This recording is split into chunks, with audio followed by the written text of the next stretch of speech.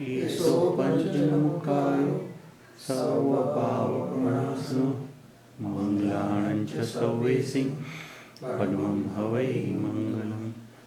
नमो हरिहन्तानं नमो सिद्धानं नमो आयर्याणं नमो वज्रायाणं नमो लोये सर्वसाहुनं। ईशो पञ्चमुखायो सर्वपावप्रणाशनो मङ्गलानं च सर्वेसिं पद्मं हवै मङ्गलम्। नमो हरिहन्तानं नमो सिद्धानं नमो आयर्याणं नमो वज्रायाणं नमो लोये सर्वसाहुनं। ईशो पञ्चमुखायो सर्वपावप्रणाशनो मङ्गलानं च सर्वेसिं पद्मं हवै मङ्गलम्।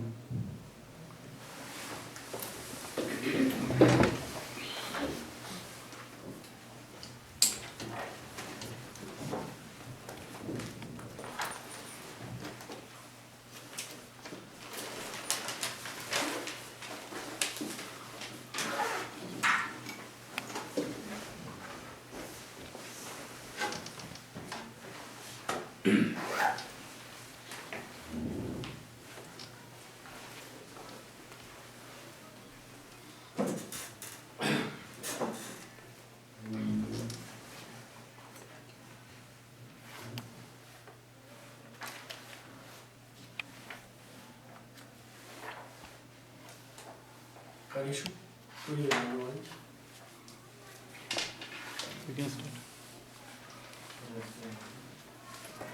લાસ્ટ કોલ કોઈ લાસ્ટ કોલ કદાચ આવશે.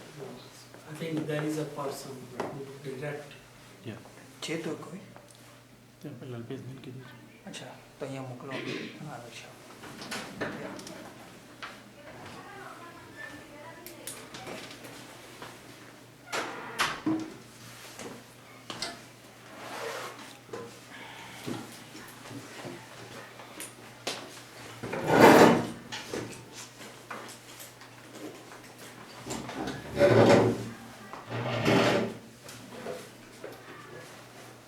આપણે જે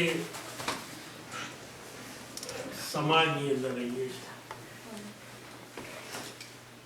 એમાં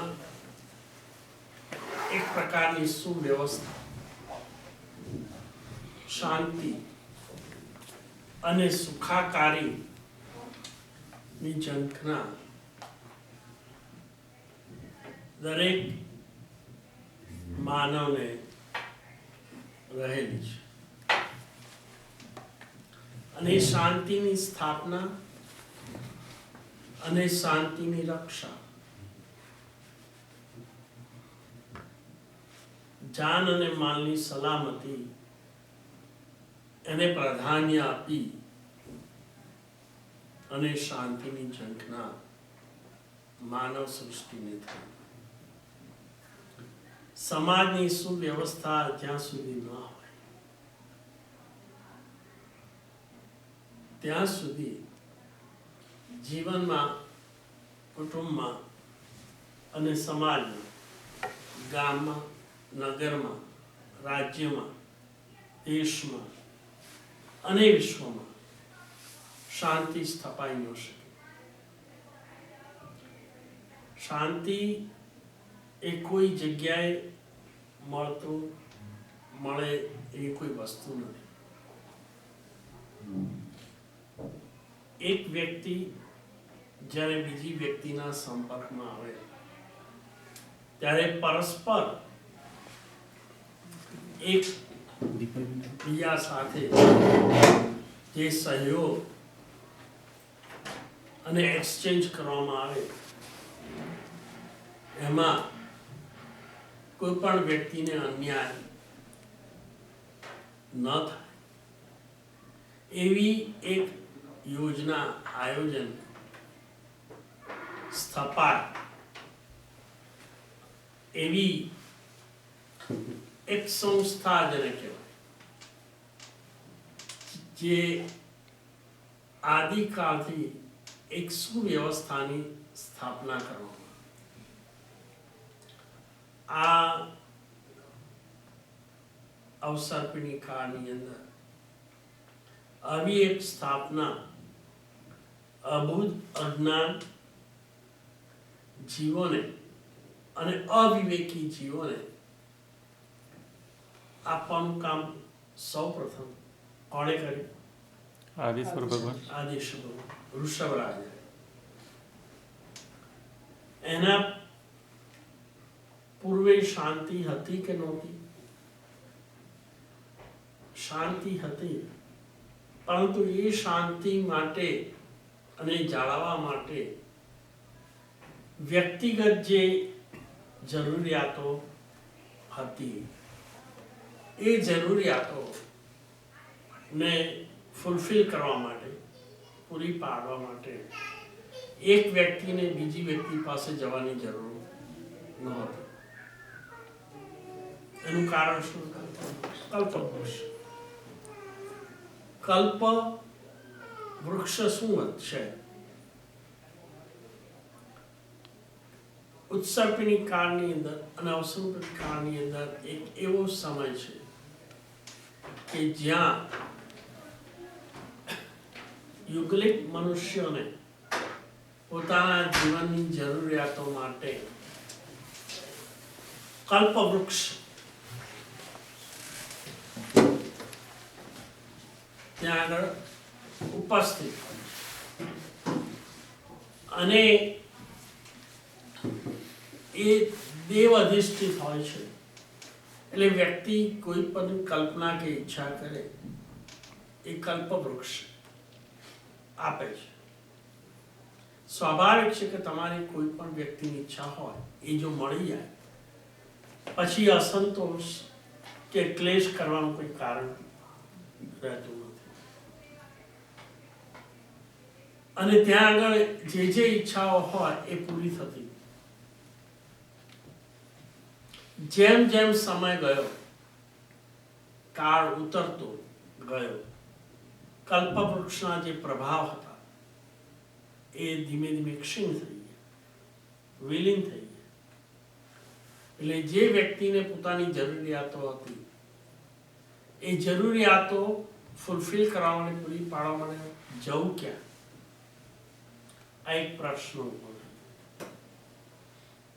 એવા કલ્પવૃક્ષ રહ્યા નહીં. અને જે પ્રાથમિક જરૂરિયાત છે, રહેવા માટે, આહાર, ખાવા માટે, પહેરવા માટે વસ્ત્રો અને બીજી બધી અન્ય જરૂરિયાતો કોણ પૂરી પાડે? એ પ્રશ્ન ઉભો થાય. અને એ જરૂરિયાતો મેળવવા માટે પછી માણસ કયા રસ્તા અપનાવે? અન્યાય, અપ્રામાણિકતા, લૂંટફાટ, આ બધા તત્વો એક સમાજની અંદર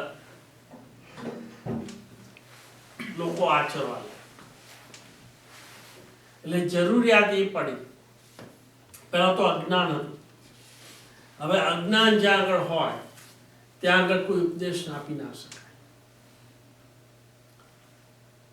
અવ્યવસ્થા હોય ત્યાં આગળ પણ ઉપદેશ ના આપી શકાય. એટલે અજ્ઞાન અને અવ્યવસ્થા બંનેનું નિરાકરણ પહેલા કરવું પડે. આ પણ એક જરૂરિયાત ઋષભકુમાર પોતાના સંસાર જીવનની અંદર નિહાળી. અને પહેલું એમને શું કામ કર્યું કે મનુષ્યને જુદી જુદી વિવિધ કળાઓ શીખવાડી એનું જ્ઞાન આપ્યું.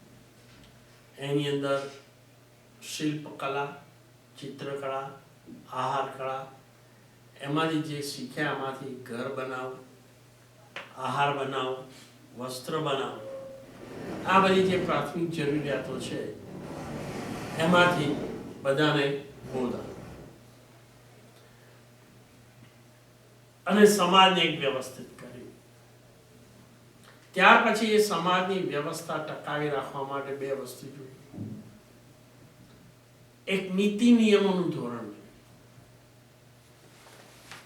કે જે વસ્તુ જેની પ્રાપ્ત થઈ હોય એ વસ્તુ એને જ માલિકીની ગણાય અને બીજી કોઈ વ્યક્તિનો અધિકાર ન ગણાય. એના માટે એક નીતિ નિયમોનું ધોરણ નક્કી કરે, જે જીવન જરૂરિયાત માટેના નિયમો, જે આપણે શું કહીએ છીએ એક લૌકિક વ્યવસ્થા અથવા તો લૌકિક ધર્મ. આ બધું નિયંત્રણ થયા પછી, વ્યવસ્થા થયા પછી, અનાદિકાળથી જીવ માત્ર મનુષ્યમાં જ નથી હોતો, પણ બીજી પણ બધી ગતિ હોય છે. તિર્યંજ ગતિ, નરક ગતિ. જીવો જ્યારે આત્મા ઉપર એવા પાપો સંચિત કર્યા હોય,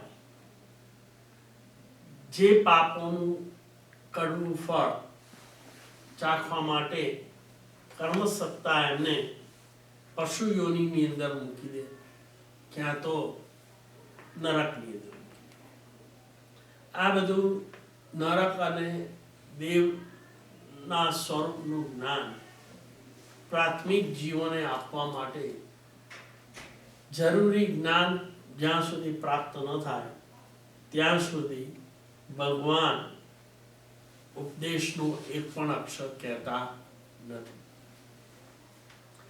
એટલે સૌ પ્રથમ, અને નહીં કહેવા પાછળનું કારણ એ છે કે જીવનનું અને તત્વનું સાચું સ્વરૂપ જ્યાં સુધી પોતાને ખબર ન હોય ત્યાં સુધી એ તત્વના સ્વરૂપને ઉપદેશાત્મક વાણી દ્વારા આપવું એ જોખમ ખારક થઈ પડે.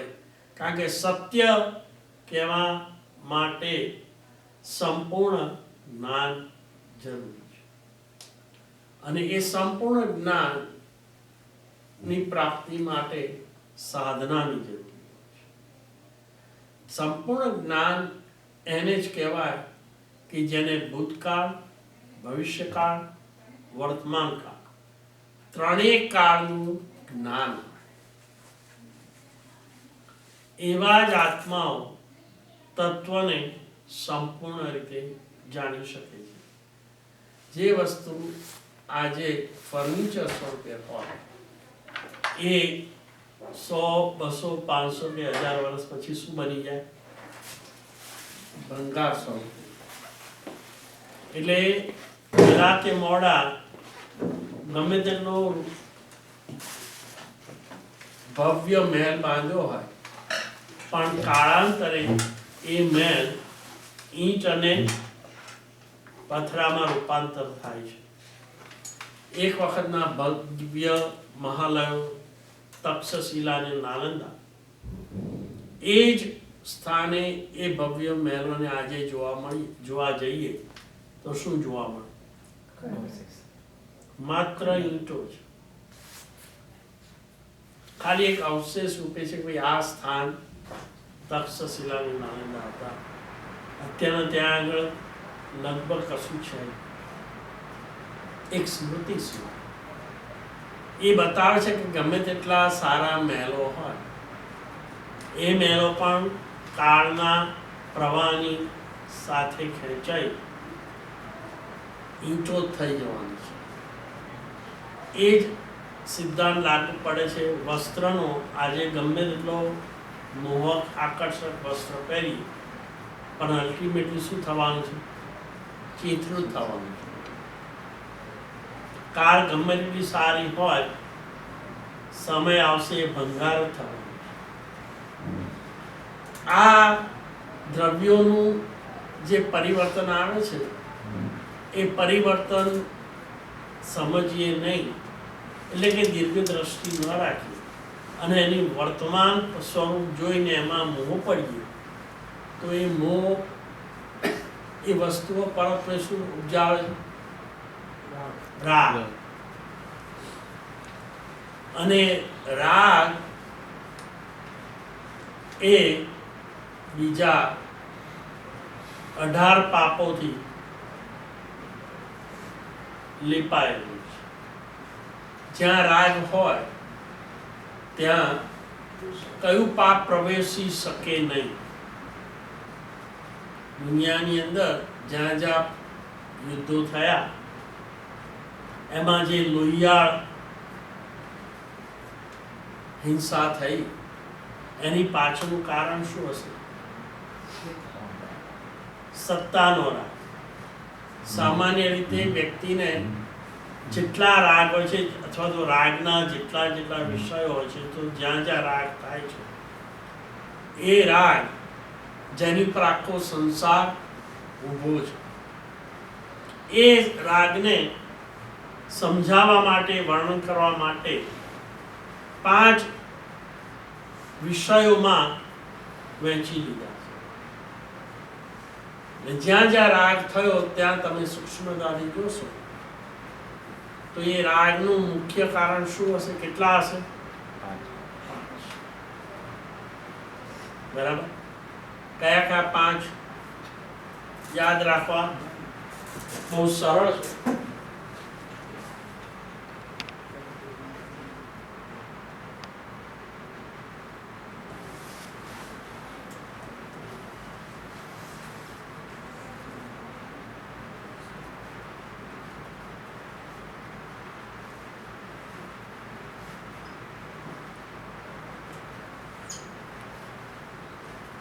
આટલા શબ્દોની અંદર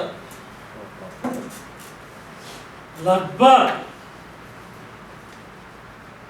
રાગના બધા જ વિષયો, દ્રવ્યો, પદાર્થો આમાં સમાવેશ થઈ ગયો છે. બરાબર. પહેલું શું લખ્યું છે? ઉદ્ગલ. એને પહેલું ઉદ્ગલ એટલે શું પહેલા એ સમજી લઈએ. ઉદ્ગલ એટલે શું? અહીંયા આગળ જ્યાં સમજ ન પડે, કારણ કે બધું ફંડામેન્ટલ છે. કોઈ પૂતગલ શબ્દ વાપરે એટલે આપણે સૌ સમજીએ છીએ. બરાબર. સૃષ્ટિની અંદર જે પદાર્થો છે એને 2 ભાગમાં વિભાજિત કરી દેવામાં. એમાં એક પદાર્થ છે ચૈતન્ય, જેમાં જીવ કે પ્રાણ શબ્દ વપરાય.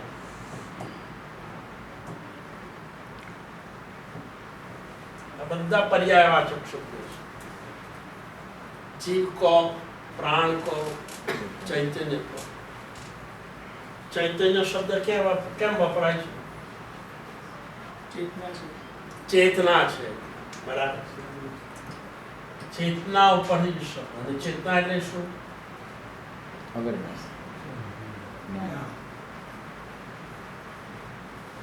જેની અંદર જ્ઞાન સમાયેલું છે.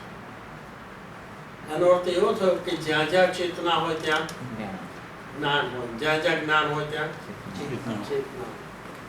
અનાવિભાવી એનો શબ્દ વપરાય છે. આ 2 જુદા પાડી શકાય? ના. જ્યાં જ્યાં ચેતના હોય ત્યાં જ્ઞાન હોય ને.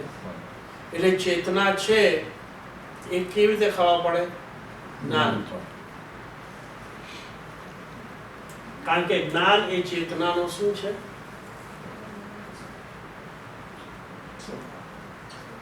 સ્વભાવ. જે 2 વસ્તુ ક્યારેય જુદી ન પડે એ વસ્તુ હોય એટલે એનો ગુણ પણ ત્યાં હોય ને હોય જ.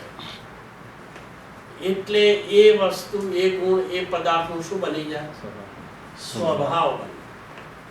દાખલા તરીકે ગરમી અને સૂર્ય. સૂર્ય હોય ને ગરમી ના હોય એવું બને? એ બેને સેપરેટ કરી શકાય. જ્યાં જ્યાં સૂર્ય હોય ત્યાં ત્યાં ગરમી હોય ને હોય. બરાબર. કોલસો અને કાળાશ. કોલસો સફેદ ના હોય, કાળાશ અને કોલસો એનો સ્વભાવ. ચળકાટ અને હીરો. હવે એવું બને ખરું, જ્ઞાન હોય ખરું પણ ઢંકાઈ જાય એવું બને. સૂર્ય હોય ખરો પણ એનો પ્રકાશ તો છે, અંદર ગરમી તો છે, પણ વચ્ચે વાદળ આવે તો એટલે સૂર્યમાં પ્રકાશ નથી એવું નથી, પણ ઢંકાઈ ગયો. પણ મૂળ સ્વભાવ સ્વરૂપે શું છે? સૂર્ય પ્રકાશ છે. એવી જ રીતે જ્ઞાન જે આત્માની અંદર છે કેટલું છે? અનંત. અનંત. પરંતુ શું થઈ ગયું છે અત્યારના આપણે દિવાલની પાછળ શું છે ખબર છે અહીંયા? નથી. એનું કારણ શું છે? એક આવરણ. એટલે જ્ઞાન ઢંકાઈ જાય, એ આવરણ જો દૂર કરીએ તો પાછો પ્રકાશ થઈ જાય. વાદળ જતું રહે એટલે સૂર્યનો પ્રકાશ પાછો પૃથ્વી પર આવી જાય. એવી જ રીતે ચૈતન્ય શબ્દ. તો ચૈતન્ય અને પ્રાણમાં ફરક શું? કોઈ જગ્યાએ પ્રાણ લખ્યો હોય તો ચૈતન્ય હોય તો પ્રાણ હોય, પ્રાણ હોય તો ચૈતન્ય ન હોય શકે. ચૈતન્ય હોય તો પ્રાણ, પ્રાણ હોય તો ચૈતન્ય ન હોય. એટલે હોઈ શકે પણ જરૂરી નથી કે પ્રાણ કે લઈ ચેતના વાળો છે. જો ચૈતન્ય ન હોય તો આપણે પ્રાણ કેવી રીતે કહીશું? હવે કેટલાક દર્શન થોડુંક મનુષ્ય અને બીજી જે જીવ સૃષ્ટિ છે એને જુદા પાડે છે. એટલે મનુષ્યને ચેતનવંતો આત્મા કહે છે, પણ હાથી, ઘોડા, આ બધા જે પ્રાણીઓ છે, શબ્દ આવ્યો ને, શું બોલ્યો? પ્રાણી. કોઈ મનુષ્ય જતો હોય તો આપણે આ પ્રાણી છે એવું બોલાય? મનુષ્ય છે એમ જ કહું તો આ મનુભાઈ પ્રાણી છે એવું બોલાય? કયો કન્સેપ્ટ આવે છે મગજમાં? જ્યારે જ્યારે પ્રાણી શબ્દ બોલીએ ત્યારે શું આવે? પ્રાણ. શું આવે? પશુ આવે. એ મનુષ્ય નથી આવે. હવે પ્રાણી તો વિશેષણ છે, પ્રાણ ઉપરથી પ્રાણી. એટલે મનુષ્ય અન્ય જે જીવ સૃષ્ટિ છે તિર્યક જીવ, એને મનુષ્યથી જુદું પાડવા માટે શું કર્યું? કેટલાકને પ્રાણ શબ્દ. પણ ત્યાં ચૈતન્ય તો છે જ. એટલે નિશ્ચય વાત તત્વની દ્રષ્ટિએ આ બધું શું છે? એક સરખું. પણ વ્યવહારની દ્રષ્ટિએ થોડું જ જુદું. વ્યવહારની દ્રષ્ટિએ, બોલવાની દ્રષ્ટિએ જોયું, ઓ આ પ્રાણી આવ્યો એમ ના બોલ, સુરેશ આવ્યો આવી રીતે બોલ. બરાબર? એટલે ફરક આટલો જ છે. એટલે એકેન્દ્રિયથી માંડીને ચોરેન્દ્રિય અને સંગીત પંચેન્દ્રિય જે પ્રાણી સૃષ્ટિ છે એને આમાં ઉમેર્યું. કેટલીક જગ્યાએ શબ્દ શું વપરાય છે? ભૂત શબ્દ.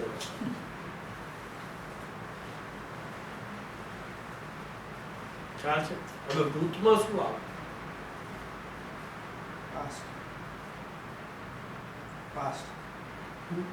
Past tense. ના, ભૂતકાળની દ્રષ્ટિએ નહીં. જે આત્મા ખાલી આત્મા જ છે. ને સર્વ બીજું સારી સૃષ્ટિ, સર્વભૂત.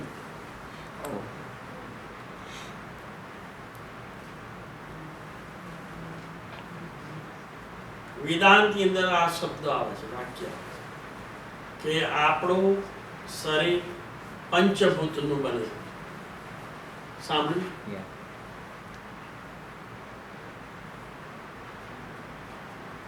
ખ્યાલ આવ્યો? પંચભૂતનું બનેલું. એનો અર્થ શું? 5 એલિમેન્ટ્સ, 5 અગ્નિ.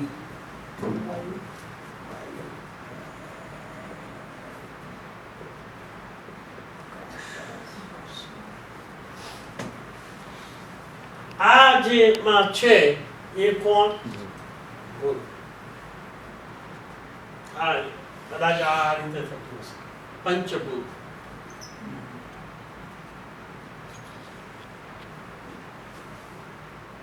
એટલે આપણા શરીરની અંદર જે આપણે મનુષ્ય છે કે પ્રાણી છે, આ બધા શરીરોની અંદર શું છે? પંચભૂત. આપણા મનુષ્ય શરીરની અંદર પૃથ્વી છે, છે ક્યાં છે એ આહાર ને બધું લઈ છે, આહાર ને અન્ન ને જે બધું લઈ છે એ પૃથ્વી કાયમાંથી જાય? પણ આહાર તો બહાર છે ને. આ શરીર બાળી નાખે તો રાખ જ રહે છે. હા યાર. તો શરીરની અંદર પણ પૃથ્વી એટલે પરમાણુઓ. શરીર એક પરમાણુ જ છે, પરમાણુનો સમૂહ છે. આપણી ચામડી, બોન્સ, માંસપેશી, આ બધા પરમાણુઓનો સમૂહ છે. એટલે પૃથ્વી પણ છે. શરીરની અંદર પાણી છે, લોહીનો 99% શું છે ખબર છે? પાણી છે. ઘટકો 1% જ, બાકીનો તત્વ શું છે? પાણી. અગ્નિ છે ખબર? છે શરીરમાં અગ્નિ છે કે નથી? છે. છે. નહીં તો આ ટેમ્પરેચર 98 કેવી રીતે રહે? આપણે જે ખાઈએ છીએ એનું પાચન કરવા માટે જે અમુક ઉષ્ણતામાન જોઈએ એ કોણ આપે છે? સ્ટમક, પેટ. શરીરમાં રહેલો અગ્નિ. અગ્નિ. એટલે અગ્નિ પણ છે શરીરમાં. વાયુ છે. શ્વાસ લઈએ, શ્વાસ છે. એકચ્યુઅલી શરીરની અંદર સોલિડ ભાગ 2/3 છે અને 1/3 પાર્ટ શું છે ખબર છે? ખાલી વેક્યુમ છે. એટલે વાયુ પણ છે, સ્પેસ પણ છે. એટલે આપણું શરીર પણ શેનું બનેલું છે? પંચભૂત. પંચ.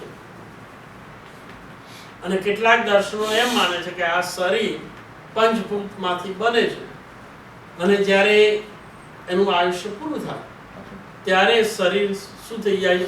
પંચભૂતમાં મળી જાય છે. એનો અર્થ એવો થયો કે જે હતું એ નાશ થઈ ગયું, હવે કશું રહેતું નથી. એટલે ત્યાં આગળ આત્મા જેવી વસ્તુ હવે નથી. એક નય આવો પણ છે કે જે સાચો છે કે ખોટો?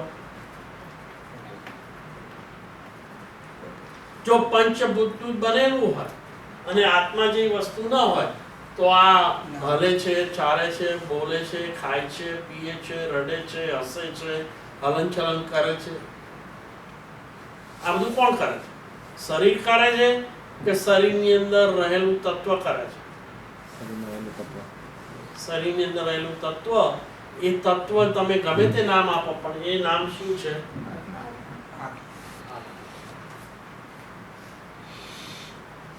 પંચભૂત શું છે? જીવ કોને કહેવાય? આત્મા કોને કહેવાય? અને પ્રાણ કોને કહેવાય? પ્રાણ અને જીવમાં ફરક શું છે? પ્રાણ અને આત્મામાં ફરક શું છે? પંચભૂત શું કહેવાય?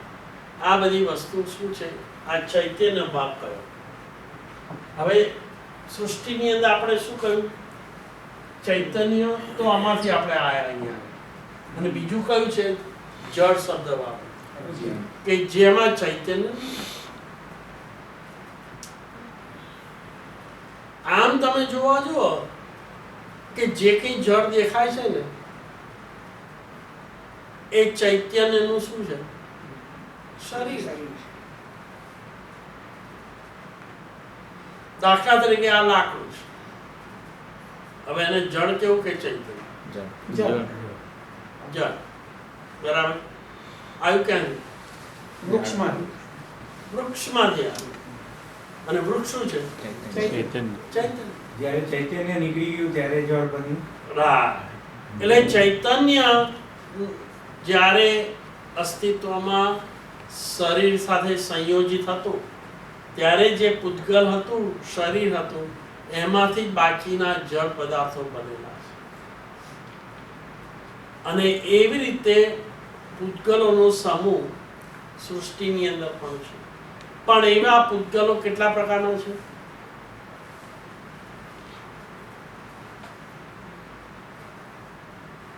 8 પ્રકારના. એટલે આપણે પાછા પૂતગલ શબ્દને ઉમેરવો પડશે. પૂતગલ કોને કહેવાય? આપણે અહીંયા મૂક્યું ને, આપણને રાગ શાનો છે? પૂતગલનો છે. એટલે એ તો જાણવું પડશે પૂતગલ સુધી. અને એ પહેલું મૂક્યું કારણ કે આ 5 માંથી 6 માંથી વધારે રાગ ક્યાં આગળ? પૂતગલ. કોઈ ઘરની અંદર પતિ હોય, પત્ની હોય, છોકરા હોય, અચાનક આગ લાગી હોય, બધા ભાગમ ભાગ કરતા હોય, લગભગ બધા બચી ગયા, બરાબર, પણ કોઈને છોકરો અંદર જો ફસાઈ ગયો હોય તો અંદર માણસ જશે?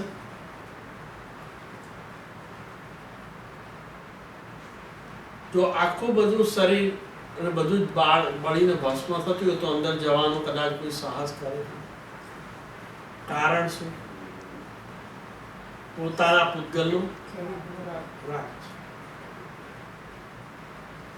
સૌથી વધારે ન્યુયોર્ક સિટીમાં બેંકમાંથી પૈસા વિથડ્રો કરીને બહાર નીકળતા જો કોઈને ખ્યાલ આવ્યો કે આ ભાઈએ $5,000 કેશ કરીને બહાર નીકળ્યા અને જો લૂંટારો હોય અને ગન બતાવે પેલા વ્યક્તિ, એ શું કે તારે શું જોઈએ? ગન બાજુ પર પૈસા જોઈએ તો ત્યાં આગળ એને પ્રધાનતા પણ આપે, પૈસા જવા દે ને જીવ સાચવે કે જીવ પણ જવા દે? જીવ સાચવે. કે ભાઈ તું તારે જે જોઈતું હોય તો લઈ જા, તો માને તું છોડ. આવું જ વલણ અપનાવે ને, કારણ ત્યાં આગળ પૈસા પણ છે અને શરીર પણ છે ને જાન પણ છે, તો બેમાં ત્યાં આગળ મહત્વ કોને અપાય? જાનને જ અપાય. કારણ કે રાગ પૈસાનું નથી એવું નથી, પણ રાગ અને શરીર પોતાનું એ બેમાંથી ચોઈસ કરવાની અને સાચવવાનું તો કોણે હાથ રાખવાનું? શરીર. એ શું બતાવે છે? રાગ પૈસાનો ખરો, પણ પૈસા કરતા પૂતગલનો વધારે. પછી રાગના બીજા કોઈ રસ્તામાં જતો હોય, પતિ પત્ની જતા હોય, કોઈ અજાણ્યો માણસ આવીને નકામું કઈ ગરબડ ઊભી કરે પત્ની સાથે, તો પેલાનો પિત્તો જાય કે ના? એનું કારણ એ શું છે?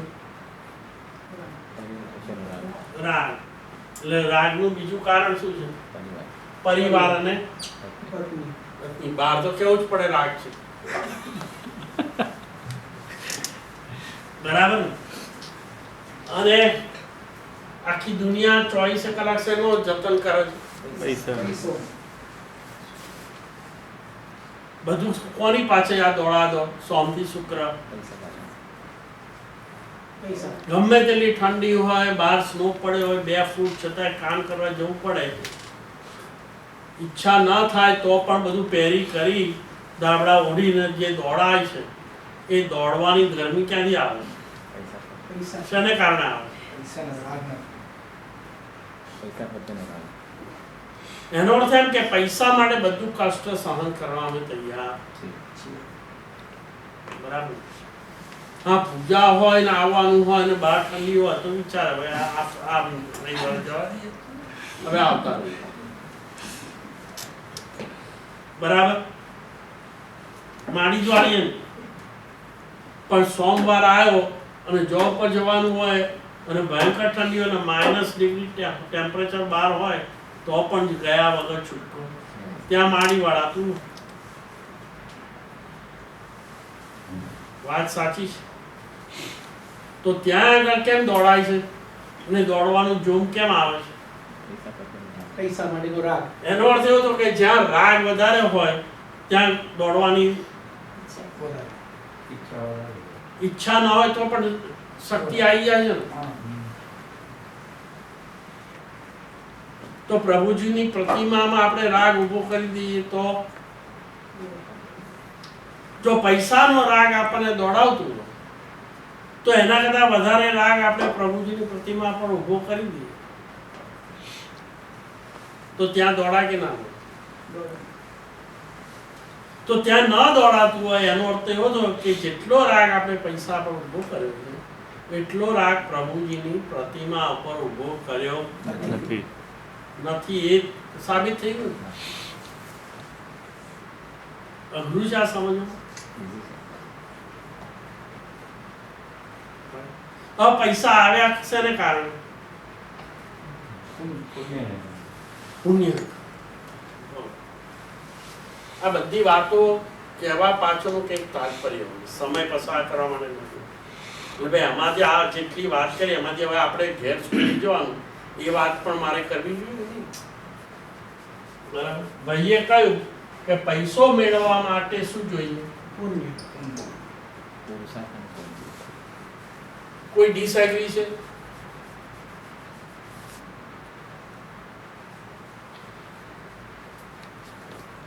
એટલે 13 જણા એગ્રી છે કે પૈસો તો જ મળે જો પુણ્ય હોય. આપણને ચેક મળ્યો એટલે પૈસા મળ્યા, એનું કારણ શું હતું? પ્રધાન કારણ. બીજા બધા કારણો છે, તમે જોબ પર ગયા એટલે પુરુષાર્થ છે, પણ પ્રધાન કારણ કયું છે? લોકો ઘણા બધા સવારે રસ્તા પર નીકળે એટલે બધાને ચેક નથી મળતો. બરાબર. એટલે પુરુષ પુણ્ય હતું તો પૈસો આવે. એનો અર્થ એમ કે પૈસો પુણ્ય પાસે દોડે છે. એવું પણ કહી શકાય કે ના કહી શકાય? યસ ઓર નો? એટલે પૈસો જોઈતો હોય તો શું કરવું જોઈએ? પુણ્ય ઉપાર્જિત કરવું પડે. પુણ્ય ઉપાર્જિત કરવું. બરાબર. એટલે પુણ્ય ઉપાર્જિત કરવું જોઈએ. કરેક્ટ.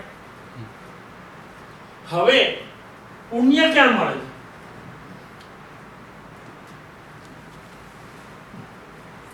પુણ્ય જોઈએ એ તો બધા એગ્રી થઈ. તો પુણ્ય ક્યાં છે અને કેવી રીતે મળે? ને જેને પૈસો જોઈતો હોય એને પુણ્ય જોઈએ, અને પુણ્ય જોઈતું હોય તો ક્યાં મળે અને કેવી રીતે મળે એ પણ જાણવું જોઈએ. હવે દુનિયામાં એવું કયું સ્થાન છે જે આપણને શીખવાડે કે ભાઈ પુણ્ય ક્યાં મળે? ઓફિસ વાળા તો નથી કહેતા, રાઈટ? શીખવાડે? ના. બિઝનેસ વાળા નથી શીખવાડે.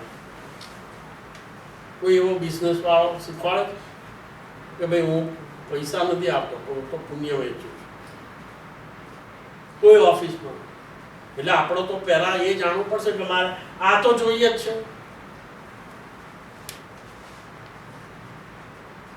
તો એના માટે આ જોઈએ, અને કોઈએ બધા એગ્રી થયા.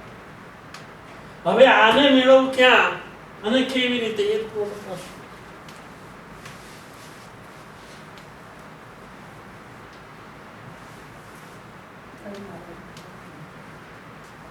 ક્યાં મળ્યા? દેવગુરુ દેવ ધર્મ આરાધનાથી પુણ્ય મળે.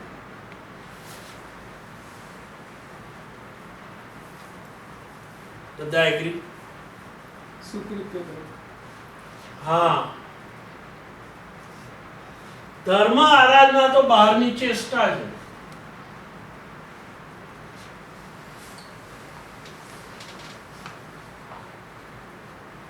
નો ડાઉટ એ ચેષ્ટા શુભ હોય, કોઈ એ શબ્દ વાપરે શું? સુકૃત.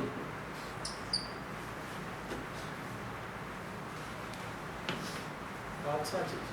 ધર્મ આરાધનાથી પણ પુણ્ય તો મળે.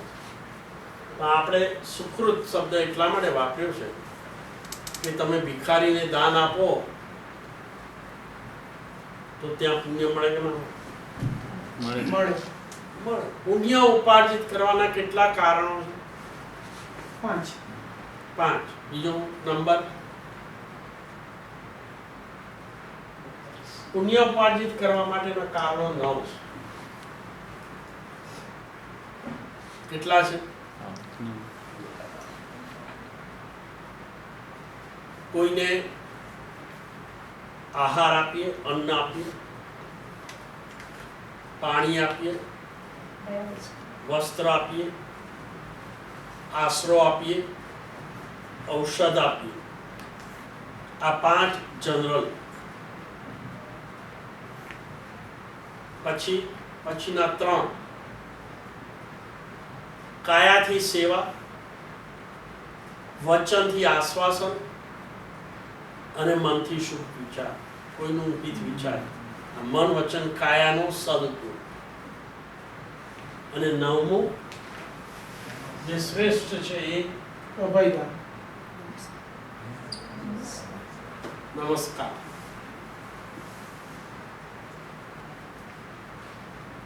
અને એ નમસ્કારની અંદર 3 તત્વોને સૌથીમાં ઉત્કૃષ્ટ ગણ્યા.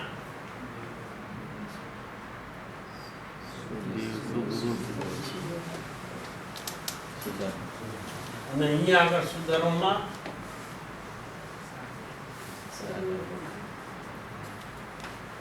સાધર્મી.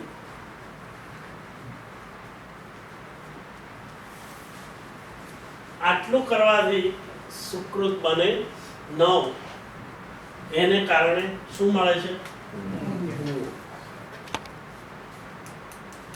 હવે પ્રશ્ન એ થાય છે કે આપણને બધાને સામાન્ય વસ્તુ મળી ગઈ છે, એનો જે બીજા અન્ય જીવોને નથી મળ્યું.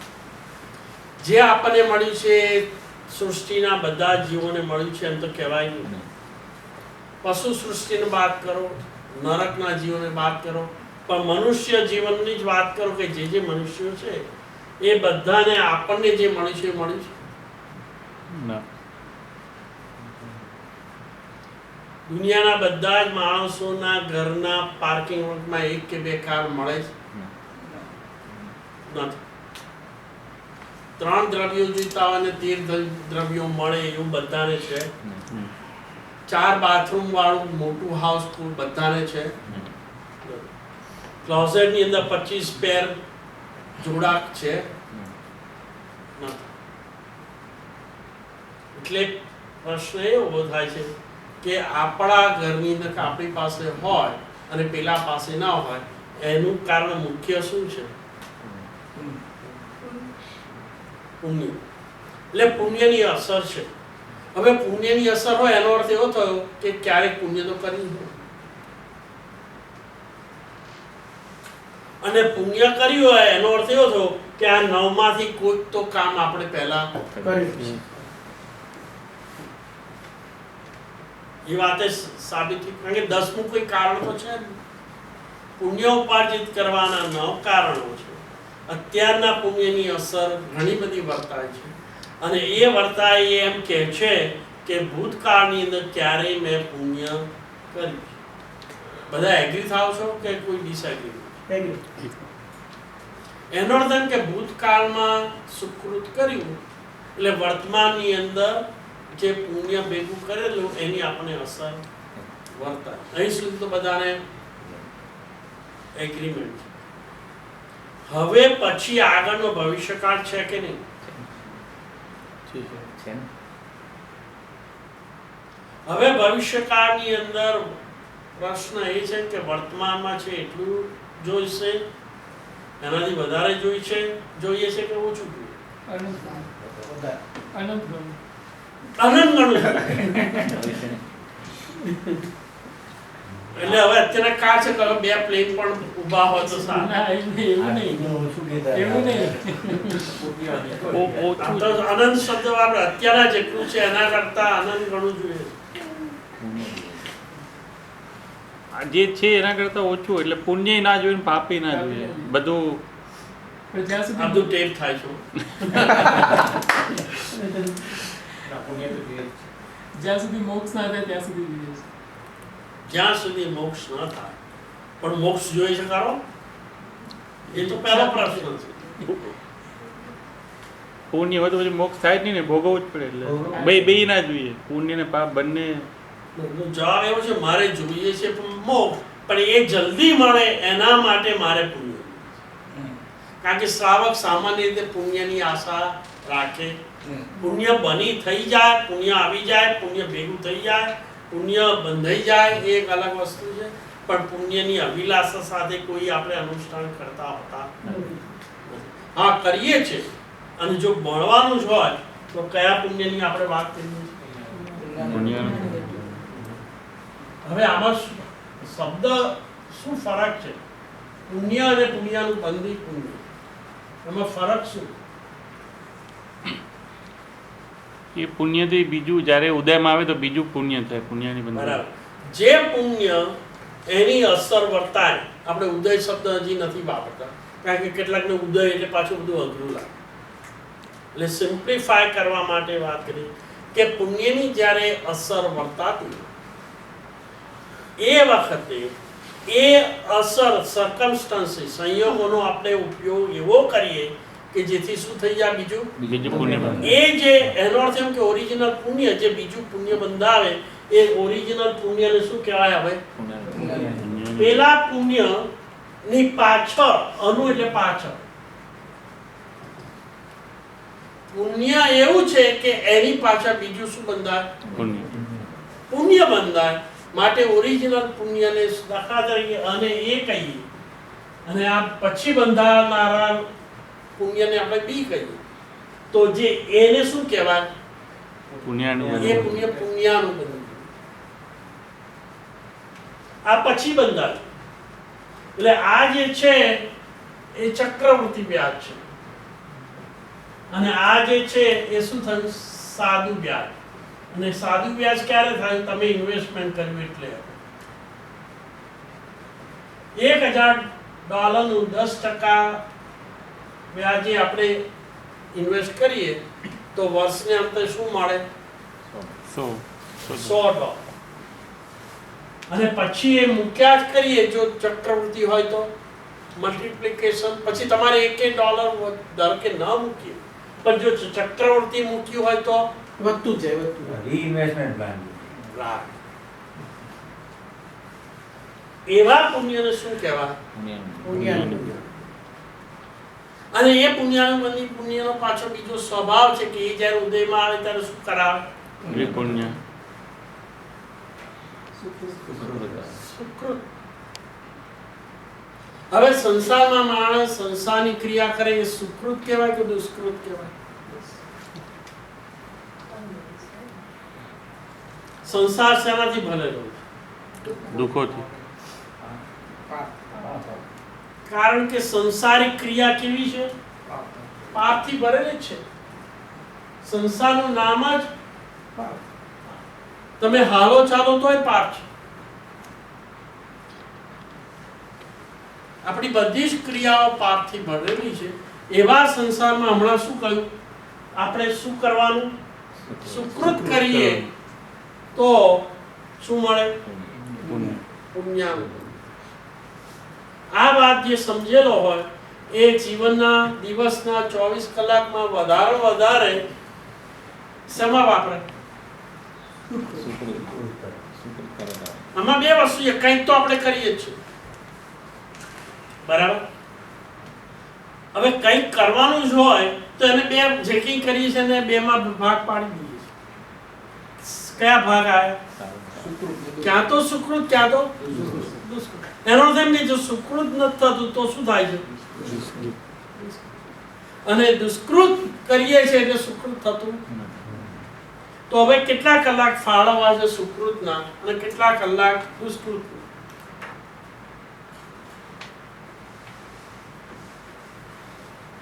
ગઈકાલથી માંડીને પહેલા આપણે ભૂતકાળની વાત કરી લઈએ, પછી આપણે ભવિષ્યકાળની વાત કરીએ. બરાબર?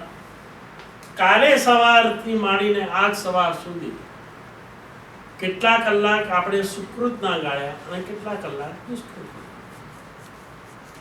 એવું એક એનાલિસિસ કરીએ. then we can extrapolate. You know what is extrapolate? એટલે હવે આવતીકાલનો દિવસ કેવો જશે એ આજના 24 કલાક કેવા ગયા એના ઉપરથી આપણે અનુમાન કરી શકીએ. અને એને બેકઅપ કરવા માટે આપણો આખો 30 કે 35 કે 40 કે 50 કે 60 વર્ષનો ઇતિહાસ છે, બરાબર? એટલા વર્ષો તો ગયા ને. હવે એના પરથી આપણે એવો ક્યાસ કાઢી શકીએ કે હવે પછીનો કાલનો દિવસ મારો કેટલો જશે. તો આપણે ગઈકાલના 24 કલાકનું પ્રદીપભાઈ આપણે એનું એનાલિસિસ કર્યું. ચાલો કરવું છે?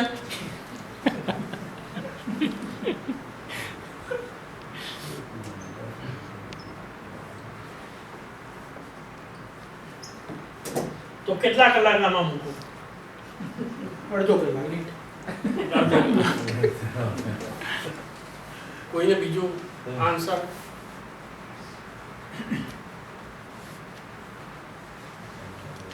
મૂકો અડધો કલાક. અડધો કલાક સુકૂનમાં જાય એવું છે. હમ? મારે અડધો કલાક જાય છે સુકૂનમાં. તો બાકીના બીજો કોઈ આન્સર? મને- એટલે તો આ થોડું જ બીજાને જવાબ રિસ્પોન્સ આપો. એક કલાક.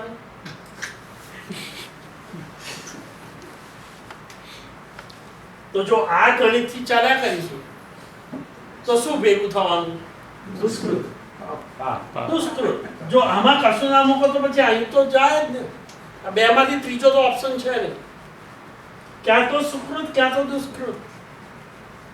જો આમાં નથી ને આમાં છે તો પછી આપણે શું કરવાનું છે? ભેગું શું કરીએ? પાપ. કરવું છે શું? પુણ્ય. પુણ્ય. તો રિવર્સ થઈ જશે. તો આપણું ઠેકાણું ક્યારે પડશે? કેટલો મોટો આપણો આ પઝલ છે, પ્રશ્ન છે, જેના માટે આપણે વિચારતા નથી.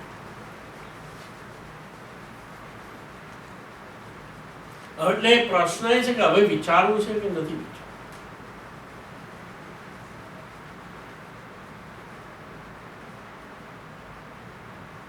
એટલે આપણા ભવિષ્ય માટે આપણે ચિંતા નથી કરવાની તો કોણ કરશે? એનો અર્થ એવો થયો, જો આ ખાનામાં જ બધું છે અને સુકૃતમાં કોઈ પણ ટાઈમ નથી, એનો અર્થ એમ કે પાપના પોટલા જ ઉભા કરીએ છીએ. એ તો નક્કી થઈ ગયું. હવે આમાં હું નથી કહેતો, આ તો આ ટેબલ મૂક્યું એ કહે છે. કોઈને ડિસએગ્રીમેન્ટ હોય તો કઈ, પણ જો આજ નો કાલનો દિવસ પણ આવો જ પસાર કરવો છે.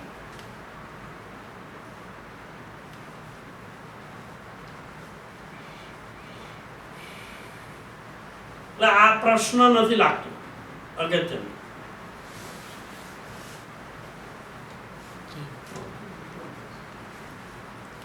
પ્રશ્ન છે તો અગત્યનો તમારો સાહેબ, પણ હવે અમે તો બધા સંસારની મોજામાં ફસાયેલા છીએ. So am I.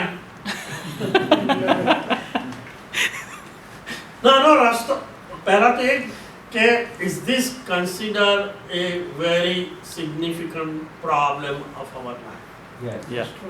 અને એનું આપણે કંઈક સોલ્યુશન હવે કાઢવું છે કે નથી?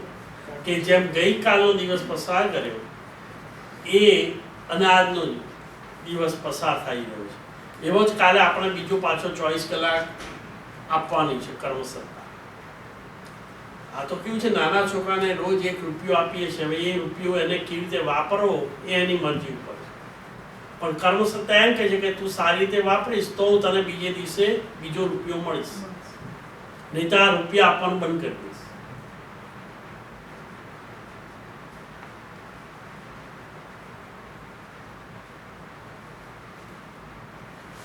કારણ કે એ વાત તો સાચી છે ને કે આપણને દરેક મનુષ્ય તરીકે રોજનો 1 રૂપિયો આપવો એ કર્મસત્તાએ નક્કી કરેલું. ક્યાં સુધી? જ્યાં સુધી મનુષ્ય ભાવ છે ત્યાં સુધી. રોજનો આપણને 1 દિવસ મળે છે. હવે બધાને 24 કલાક સરખા મળે છે? કોઈને 20 કલાક મળે છે, કોઈને 5 કલાકનો, કોઈને 32 કલાક. બધાને સર બધાને સરખામણી છે. બધાને સરખા મળે. એનો અર્થ એમ કે કર્મસત્તા તો ન્યાય છે. આપણે એ પણ નક્કી કર્યું કે આપણે જે વસ્તુ છે એ બધી વસ્તુ મેં કરેલા સુકૃતનું ફળ છે. અને મારા ભવાંતરમાં પણ એટલીસ્ટ વધારે ના મળે તો કાંઈ નહીં, પણ જેટલું છે એટલું તો મારે જોઈએ છે. કોઈ એવી વ્યક્તિ છે કે જે મળ્યું એનાથી ઓછું જોઈએ? એટલે શાણી સીતા જેવી પત્ની બધાને જોઈએ જ છે. બરાબર. કોકને કદાચ આનાથી વધારે સારી જોઈતી છે, પણ આવી તો આટલી તો જોઈએ જ ને. એટલે પ્રશ્ન એ છે કે આ નો દિવસ જે ગયો એનો અર્થ એમ કે પેલું પુણ્ય જે લઈને આવેલા વાપરીને એ વાપરી કાઢ્યું. જેવો રાત્રે 12 વાગશે એટલે આજના દિવસનું જે પુણ્ય છે એ તો પૂરું થઈ જવું.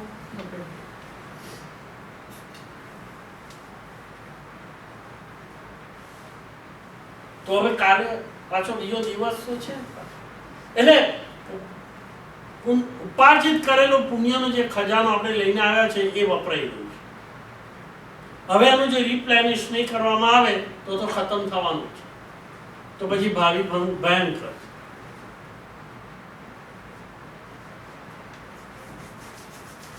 કેટલો મોટો આ મૂંઝવણનો પ્રશ્ન.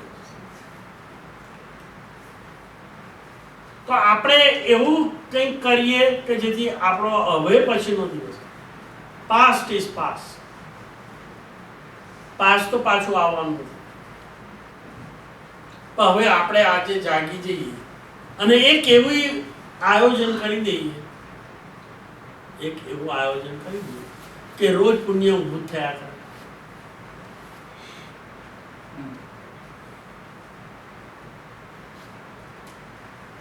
તો એવી ફોર્મ્યુલા આપણે આજે ઘેર લઈ જઈ શકીએ કે ના લઈ?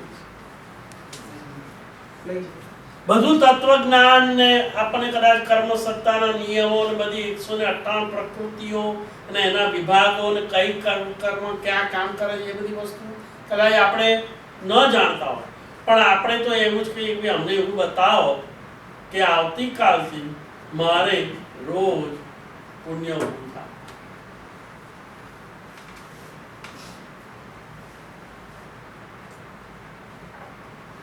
તો એવી ફોર્મ્યુલા, એવી માસ્ટર કી મળી જાય તો સારું કે ના સારું?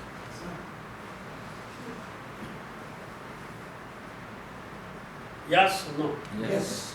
તો બધાને આપણે માસ્ટર કી આપી દીધી.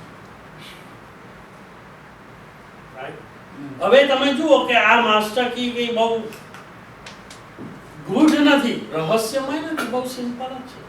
આપણે પુણ્ય ઉપાર્જિત કરવાના કેટલા કારણો ઉભા કર્યા? એમાંથી રોજ આપણું કેટલું થઈ શકે એમ તો પહેલી જ વાત કરી દીધી. એમાં પહેલી 5 વસ્તુને હમણાં બાજુ પર મૂકવી તો આપણે રોજ પોતે ખાઈએ છીએ. કદાચ એવા સંજોગો ના હોય, પણ આપણું કેન્દ્ર અહીંયા હોવું જોઈએ. કયું?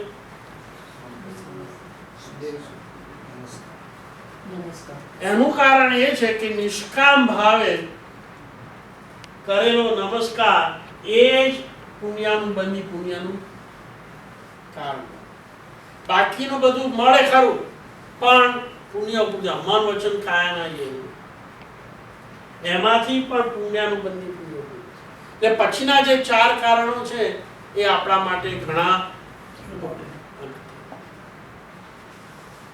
પહેલાના 5 છે પુણ્ય બંધાવે, પણ એ પુણ્યનું બંધી પુણ્ય મળે બને જ એવો નિયમ નથી. એટલે હવે આપણું ફોકસ શું હોવું જોઈએ? છેલ્લા 4. બરાબર. એટલે આમાં આપણી પાસે પુણ્ય ઉપાર્જિત કરવાના કેટલા સાધનો છે.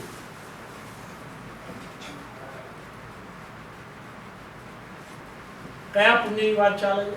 પુણ્યનું બંધી પુણ્ય.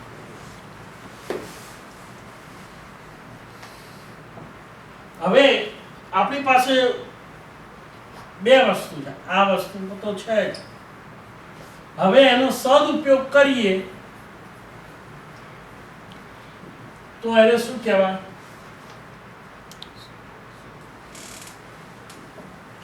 ઉપકરણ. અને એનો દુરુપયોગ કરીએ તો શું કહેવાય? અધિકરણ. જે સાધન મળ્યું એનો એવો ઉપયોગ કરીએ કે જેથી સ્વ અને પર આત્માનું અહિત થાય, એનો ઉપકરણ. કોઈ પ્રશ્ન પૂછશે કે ઉપકરણ અને અધિકરણમાં ફરક શું? બરાબર, તેનો જવાબ શું? જે સાધન આપણને પ્રાપ્ત થયું એ સાધનનો સ્વ અને પર આત્માના હિત માટે ઉપયોગ થાય તો એ સાધન શું કહેવાય? જે સાધન આપણને મળ્યું છે એનો સ્વ અને પર આત્મા અહિત થાય એવો ઉપયોગ થાય તો એ સાધન શું બની જાય? અધિકરણ. સાધન એનું એ જ. પણ આપણે ઉપયોગ કેવી રીતે કરીએ છીએ એના પર કે ઉપકરણ બને કે અધિકરણ. દાખલા તરીકે ચરોડું, ચરોડામાં દાણી પણ હોય. હવે ઉપકરણમાં બની શકે. અને કોઈને કસાય કરાવે તો દાણીથી એક પ્રહાર કરવામાં પણ ઉપયોગી આવે કે ના આવે? આ તો એક એક્ઝામ્પલ. એવો આપણો દેહ પણ શું કરી શકાય? ઉપકરણ તરીકે પણ ઉપયોગ કરાય અને અધિકરણ તરીકે પણ ઉપયોગ થઈ શકે. જો કે આપણે એને ઉપયોગ કેવી રીતે મન વચન કાયાના. દાખલા તરીકે આપણે બોલવાની જીભ મળી છે. હવે કોઈને અપમાન ને ગાલી પ્રદાન પણ કરી શકાય અને જિનાલયની અંદર પરમાત્માની સ્તુતિ પણ. એ જ જીભ છે કે બીજી જીભ છે?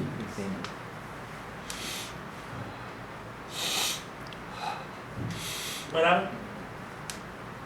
હવે આપણો પ્રશ્ન પાછો ત્યાં જ આવીને ઉભો રહે છે કે આપણી પાસે આ 4 સાધનો છે.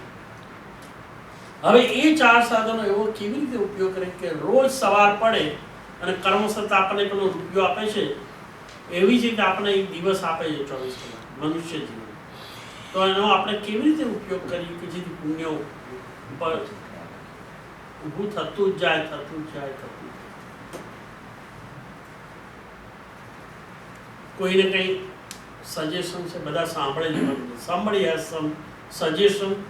આપણે આજ નક્કી કરવાનું છે. હું કંઈ નક્કી કરીને આવ્યો નથી.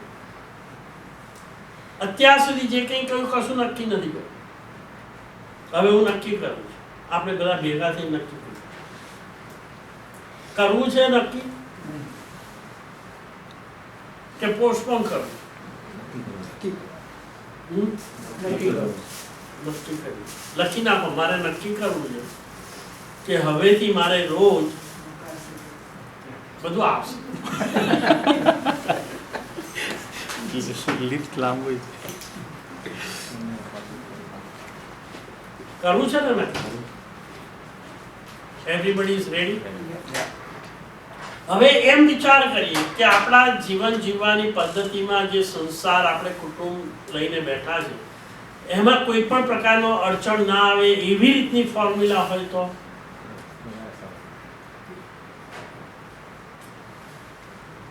જેને જે પ્રમાણે આપણે જીવીએ છીએ, જે પ્રમાણે જોબ કરીએ છીએ એ બધું જ જળવાઈ રહે, છતાંય એવું પાછું પુણ્ય તો ઊભું થતું છે. એવું કરવા આપણે તૈયાર ખરા?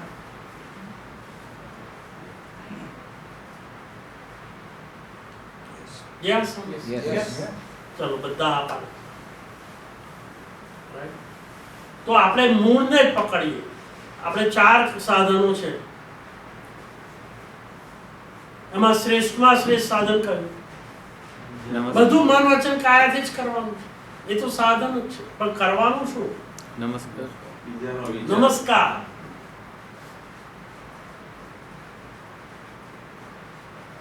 અને નમસ્કાર કરવો હોય તો એવું એ જરૂરી જ નથી. નમસ્કાર તમે જિનાલયમાં જઈને પણ કરી શકો. અને જિનાલયમાં ગયા વગર ઘેર બેઠા પણ કરી શકો.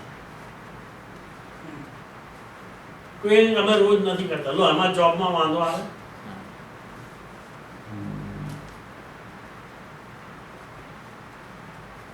એમ કે મારે જિનાલયમાં રોજ ના જવાય, ટાઈમ નથી. તો આપણે એવી ફોર્મ્યુલા ઊભી કરીએ કે જિનાલયમાં ગયા વગર પણ આપણે નમસ્કાર કરીશું. તો કોઈને વાંધો છે? બરાબર. અને પંચ પરમેશ્વર નમસ્કાર માટે આપણે સીધો સાદો નવકાર મંત્ર છે.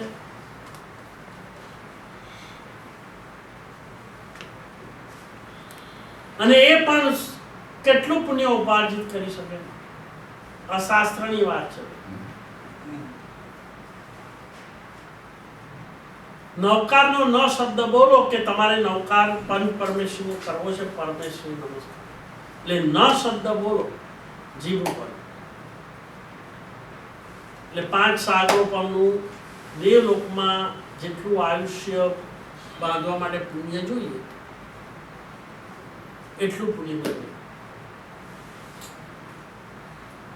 કેટલું બોલવો, શું બોલવાનું? એક જ શબ્દ. પણ એ શબ્દ બોલવાનો કોના ઉદ્દેશીને? પંચ પરમેશ્વર, અંતરના ભાવ. અને એક આખું પદ બોલીએ તો 50 સાગરો નું આયુષ્ય બંધાય. શેનું? દેવ. કારણ કે પુણ્ય ઉપાધિ. અને આખો એક નૌકાર બોલીએ તો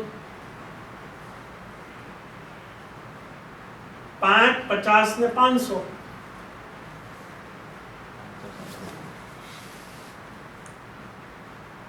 બરાબર.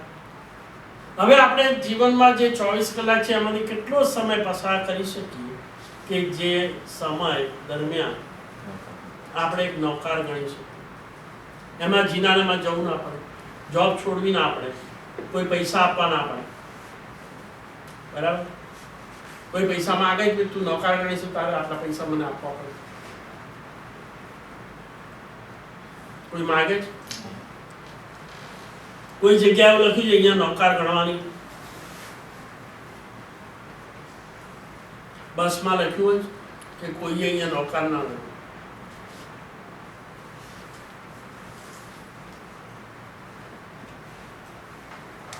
જ્યાં જ્યાં આપણે જઈએ છીએ ત્યાં ઘણી વખત આપણે વેઇટ થઈએ છીએ. ગ્રોસરીની લાઈનમાં હોય તો વેઇટ થવું પડે, પોસ્ટ ઓફિસમાં પણ વેઇટ થવું પડે, બેંકમાં પૈસા લેવા જઈએ કે ડિપોઝિટ કરવા જઈએ તો વેઇટ થવું પડે છે, ટ્રેન લેવાની હોય તો વેઇટ થવું પડે છે, બસ લેવાની હોય તો વેઇટ થવું પડે છે,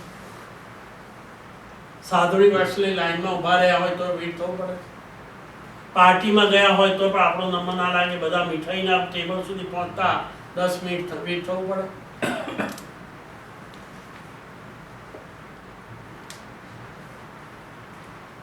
હવે એ વેઇટિંગ પીરિયડ જે હોય છે 2 મિનિટ કે 5 મિનિટ કે 10 મિનિટ, એ દરમિયાન આપણે કરવાનું શું હોય?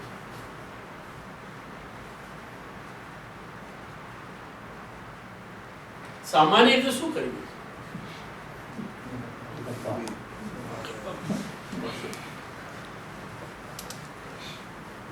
કાઉન્ટર ઉપર આપણો વારો આવે નહીં ત્યાં સુધી આપણે કરીએ તો શું? પ્લેનની ટિકિટ ફ્લાય કરવાની છે, ફ્લાઇટ પકડવાની છે, ટિકિટ ચેકઅપ થઈ, સિક્યોરિટીમાં આવી ગયા, બોર્ડિંગ પાસ આવી ગયું, હજી 1.5 કલાકની વાર. એ 45 મિનિટ આમ તો તમે કંઈ એક્સ્ટ્રા કાઢી નથી આપણા સ્કેડ્યુલમાં, રાઈટ? એટલે જ્યાં સુધી બોર્ડિંગ ના થાય ત્યાં સુધી તો આપણે બેસી જવાનું. વિચારો કે એ 45 મિનિટ્સ વેઇટિંગ પીરિયડમાં કેટલા નૌકાર ગણી શકે. અને આવા મેં જે કંઈ કહ્યા એવા રોજના કેટલો સમય આપણે આમ જોવા જઈએ તો it's a waste, because then you cannot do the work at the job during that time.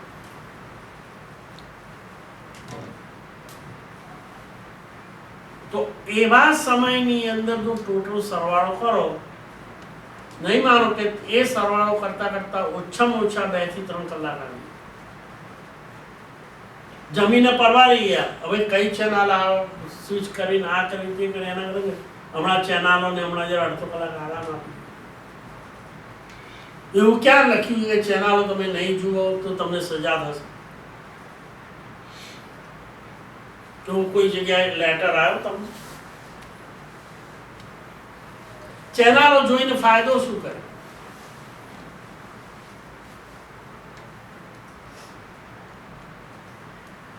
અને નુકસાન શું કરે? નુકસાન તો ઘણું કર્યું. દાખલા તરીકે જવાબ સાચો. એક તો બધા રાગ દ્વેષ કર્યા જોઈને, બીજું આંખો બાળી, લાઇટ બાળી, ઇલેક્ટ્રિસિટી, એ બાહ્ય નુકસાન. એ બધું બાય. પણ ભયંકર તો માનસિક પોલ્યુશન અંદર દાખલ થયું. અને એ તો આ બધા સીનો પતી જાય પછી પણ ચાલુ રહે ને ઘડિયા. થિયેટરમાં બહાર નીકળ્યા પછી પણ એનું વિશ્લેષણ, ડાયસેક્શન થયા કરે કે ના? જેમ પાર્ટીમાંથી બહાર નીકળી તો પણ ઘેર બેઠા, ઘર ના પહોંચે તો ડિસેક્શન થયા કરે, ફૂડ કેવું હતું, આમ કેવું હતું, આ સારું હતું, આ ઠંડુ હતું, આ ગરમ હતું, આનું કોઈ આ શું કરવા માંગે છે? એનો અર્થ એવો હતો કે મગજને એક વખત પાપનું ફેક્ટરી મળી ગઈ પછી પાપ થયા જ કરે. આ શું છે? મન વચન કાય, એટલે મનનું શું કર્યું? દુરુપયોગ, એટલે દુષ્કૃત.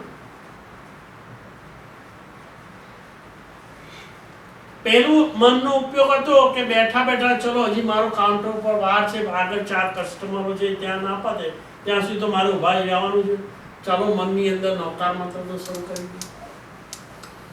પેલું કનેક્શન રહે. કોઈ પ્રશ્ન એમ કરે કે તો તમે 15 કે 20 મિનિટ કે 5 મિનિટ નવકાર ગણો, એમાં 24 કલાક તમને પુણ્ય કેવી રીતે બંધાય? ચલો જવાબ આપો. બાકીના સમયનું શું?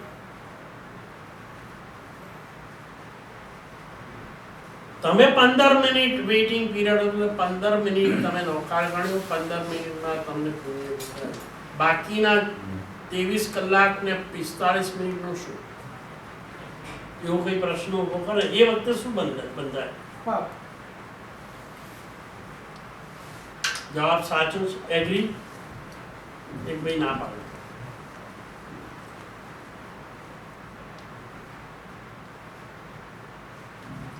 પંદર મિનિટ જે નૌકાર ગણે છે, બાકીના 23 કલાક ને 45 મિનિટ શું બાંધે છે? અમને ના બાંધતા હોય ત્યારે પાપ જ બંધાય. શૂન્ય ના બંધાય તો પાપ જ બંધાય. બીજો કોઈ જવાબ?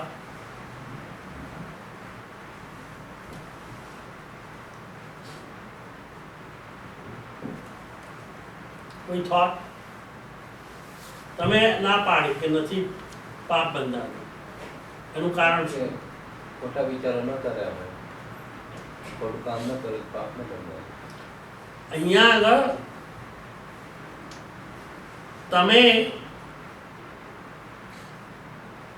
કપડાને મલિન થયેલા લોન્ડ્રીમાં નાખ્યા એટલે બધા મલિનતા બધી દૂર થઈ ગઈ, પછી ઘેર આવીને પડ્યા તો મેલા થઈ ગયા, મલિન થઈ ગયા?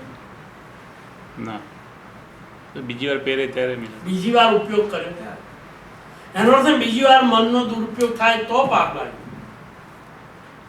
અશોકભાઈ? પણ આપણી બધી પ્રક્રિયાઓ શરીર જ્યાં સુધી છે આપણી જોડે ત્યાં સુધી શરીરની જે પ્રક્રિયાઓ ચાલી રહી છે એમાં તો કોન્સ્ટન્ટ પાપ બંધાય જ છે. મનની વાત ચાલે છે. નૌકાર મંત્ર 15 મિનિટ ગણ્યો, હા. એને કારણે તમારા આંતરપ્રદેશના જે પરિણામોને અધ્યવસાયો હતા એ મલિન થવાના બદલે કેવા બની ગયા? ચોખ્ખા. શુદ્ધ બની ગયા. એને કારણે કદાચ પાપ ન પણ લાગે, અને લાગે તો પણ એમાં પેલી ચિકાસ છે ને એ ના હોય. એ ન હોય. અને બીજું કે પાપનો અનુબંધ ન થાય. સમજ્યા? જેમ પુણ્યનો અનુબંધ થાય એમ પાપનો પણ અનુબંધ થાય ને. પણ પેલું જે નૌકાર મંત્ર ગણ્યો છે એટલે એના અધ્યવસાયો અંદર પડ્યા છે, સંસ્કારો પડ્યા છે. તમે ન ગણો પણ અંદર અજપા જાપ તો સારું છે. ચાલુ જ છે. 15 મિનિટ ગણેલો ભાવપૂર્વકનો નૌકાર બાકીના સમયમાં અંતરની અંદર અજપા જાપ શરૂ થાય છે, અને એને કારણે કદાચ પાપ બંધાય તો પણ પાપનો અનુબંધ ના સમજાય. અને પાપના અનુબંધ જો ન બંધાતા હોય તો કેવળ પાપ જ બંધાતું હોય તો નદીની રેતની અંદર કે દરિયાની રેતીની અંદર તમે બેસો અને ઊભા થાવ એટલે પેલી રેતી શું થઈ જાય? ખરી છે. કાદવમાં બેસો તો તકલીફ, તો મલિનતા અને મલિનતા જોડાયા. પણ દરિયાની સમુદ્રની પટની અંદર રેતીમાં બેસો તો જેવા ઊભા થાય એવું શું થાય? ખરી છે. ખરી જાય. એટલે એ વખતે બાકીના 23 કલાક અને 45 મિનિટ જે કંઈ મન વચન કાયાના અશુભ વર્તાવ થયો અને જે અશુભ પાપો બંધાયા ખરા પણ અનુબંધ નથી, કારણ કે પરિણામ કેવા છે? શુદ્ધ થયા. અને એને કારણે જે પેલો જે રસ પડતો હતો એ કેવો પડે? તો કર્મ અને આત્માને સંયોજન કરવામાં કેટલી ઘટતા કે તીવ્રતાથી કર્મ બંધાય છે એ નક્કી કરવા વાળું જે તત્વ છે એને આપણે શું કહીએ છીએ? કર્મ બંધાવાનો રસ. સમજાયું સોફા? હવે એને સમજવા માટે આપણે બીજી રીતે હું સમજાવું. પેલું મશીન કોઈ એટેચ કરે.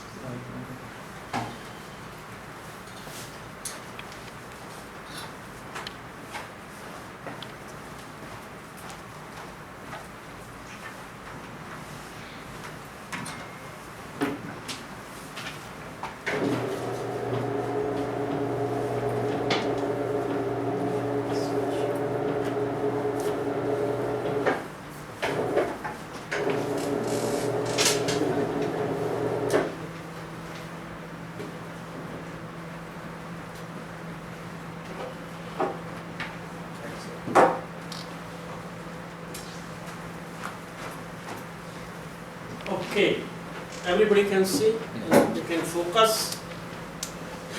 બરાબર. હવે આમાં તમે જુઓ, પહેલા તો આપણો સેન્ટરમાં શું છે? આત્મા. કરેક્ટ? Everybody can see. હવે એ આત્મા જે છે એની લેફ્ટ હેન્ડ સાઈડમાં બ્લેક ડોટ્સ છે. બધા જોઈ શકો. બરાબર, આ બધા બ્લેક ડોટ્સ. આ બ્લેક ડોટ્સ કશું બીજું નથી પણ શું છે? આ શું લખ્યું? કર્મણ વર્ગણા, એટલે કર્મ. એ પુણ્ય પણ હોઈ શકે, પુણ્યમાં પણ કન્વર્ટ થાય એટલે પાપમાં પણ દેખાય છે. બધા જોઈ શકે છે. હવે આ કર્મણ વર્ગણા કઈ તરફ આવી રહી છે? આત્મા તરફ. અહીંથી આ તરફ આવી રહી છે. શેને કારણે આવી રહી છે? કાયની પ્રવૃત્તિ.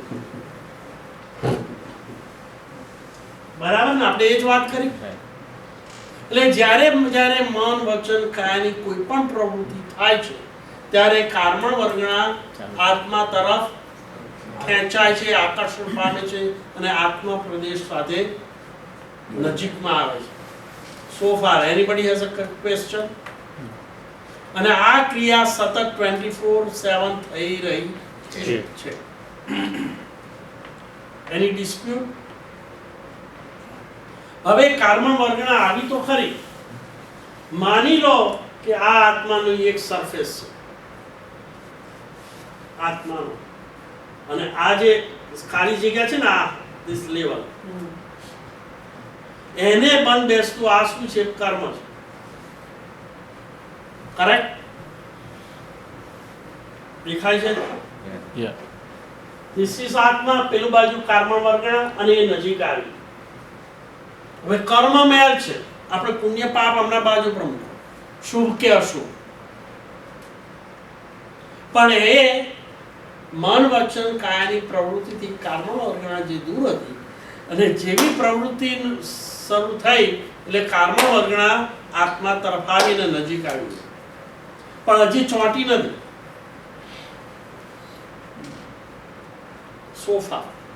પણ એને વચ્ચે ચોંટાવા માટે હવે બે વસ્તુ છે ને, એક આત્મપ્રદેશ અને એક કર્મ. હવે એ નજીક તો આવી ગયા છે, પણ એને ચોંટાડવા માટે વચ્ચે શું જોઈએ? રસ, ચિકાસ. આ જે છે ને ચિકાસ. શેની? રાગ અને દ્વેષની ચિકાસ. હવે જો ચિકાસ ન હોય તો બંધ આવે ખરી, પણ એક મેક થઈ શકે નહીં. કેમ? કારણ કે ચિકાસ નથી. અથવા કદાચ જોડાય, સંયોજન થાય, પણ ચિકાસ બંધ હોય તો એ લોકો જે કર્મણ વર્ગણા અને આત્મા પ્રદેશનું જે સંયોજન થશે કેવું થશે? ઢીલું મંદ. આપણે શબ્દ શું વાપરીએ? ઢીલું થશે, વેરી માઇલ્ડ, મંદ. હવે બે વસ્તુની અંદર મંદ જોડાણ હોય અને છૂટું પાડવું હોય તો easy. એટલે જેટલો એનો અર્થ એવો થયો કે જો મંદ હશે, પેલો નોકાર આપણે ગણવાનું ચાલુ રાખ્યું છે 15 મિનિટ ભાવથી શુભ અધ્યક્ષાયથી, કારણ કે એ જ કર્તવ્ય છે, એ જ મારો ઉદ્ધાર છે. પંચ પરમેશ્વરને આપણે નમસ્કાર કરતા આવ્યા છે અને એ જ ભાવ સતત અંદર રહે તો ભલે બહારની પ્રવૃત્તિ જુદી થાય પણ મન હવે ક્યાં આગળ રહેલું છે? કોને સોંપેલું છે? પરમાત્મા. એટલે પેલો અધ્યવસાય શુદ્ધ હોવાથી અંદર નથી, આપણે ઓળખી નથી પેલું જપ થતો, પણ અંદર શું થયા કરે? સતત જપ ચાલુ છે અને એ ચાલુ છે એટલે બીજી પ્રવૃત્તિ થાય છે. પણ એ વખતે પેલો અધ્યવસાય કેવો રહે છે? ક્લિષ્ટ રહે છે કે શુભ રહે છે? શુભ રહે છે. અને શુભ અધ્યવસાય વખતે સંયોજન થતું હોય ત્યારે પેલો રાગ દ્વેષનો જે રસ છે કેવો પડશે?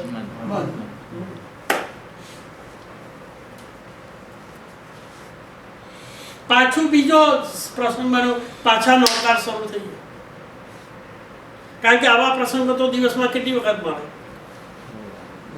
બેંકમાં લાઈનમાં ઉભેલા ત્યારે 10 નોકાર ગણ્યા, પછી ટ્રેનમાં ગયા ત્યાં 25 નોકાર ગણ્યા, પછી બીજે જગ્યાએ ગયા ત્યાં બીજા 2 મિનિટ ટાઈમ મળ્યો નોકાર, પાછું એલિવેટરમાં 57 ફ્લોર પર જવાનું છે અને ત્યાં સુધી 2 મિનિટ મળી, એલિવેટરમાં શું લખ્યું છે? નોકાર ના ગણો, પાછા 3 નોકાર ગણે.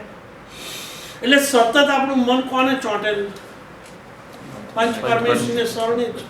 અને ત્યાંથી જે કનેક્શન છે એટલે રાગ અને દ્વેષની જે તીવ્રતા શું કરે છે? મંદ બને. એટલે કદાચ કર્મ લાગે તો બે રીતે થાય. જો અશુભ હોય તો એનાની ચિકાસ મંદ બનાવી, અથવા તો એવું પણ બને કે શુભ કર્મ પણ નફો થાય એમાં વેપારીને કે વાંધો જ ક્યાં છે? વેપારીએ ચિંતા કરવાની ખોટની કે નફાની?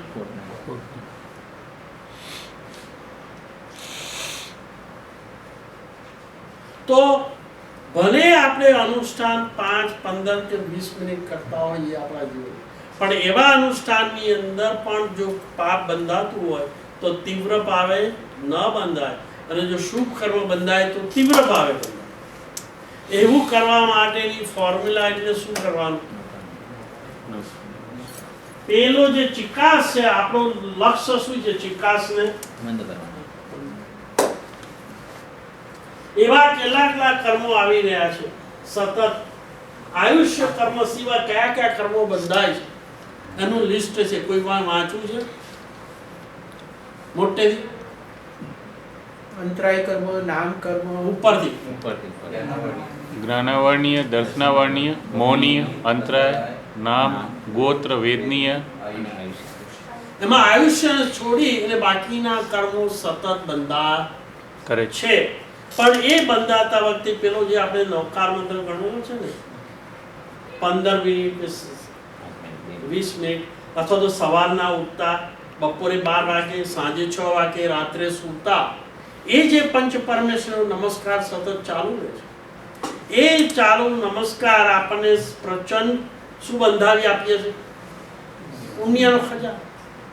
પછી કદાચ પાપો થઈ જાય એવું બને, જીવન આપણું પાપમય છે વાત કરી, અને પેલા કર્મો બંધાય ખરા સાર, પણ એ વખતે એની ચિકાસ કેવી પડે છે? અને એ મંદ ચિકાસ કદાચ પડશે તો એનું નિરાકરણ કરવા માટે તપ, સામાયિક, પ્રતિક્રમણ, પચકાણ આદિ બધું છે. બરાબર? એટલે મંદ જે રસ છે એની ચિંતા બહુ નથી જેટલી તીવ્ર રસની ચિંતા છે. કોઈ ક્વેશ્ચન? બાજુમાં તમે જે નંબર લખ્યા છે જ્ઞાનાવર્તનમાં 10 યુનિટ્સ એ પછી આવું છે સ્ટેપ નંબર 2. પહેલા આ ફંડામેન્ટલ સમજી લઈએ એટલે શું વિષય વધારે કોમ્પ્લેક્સ ના થાય. હા, આપણે હું ટર્ન ઓફ કરી દઉં.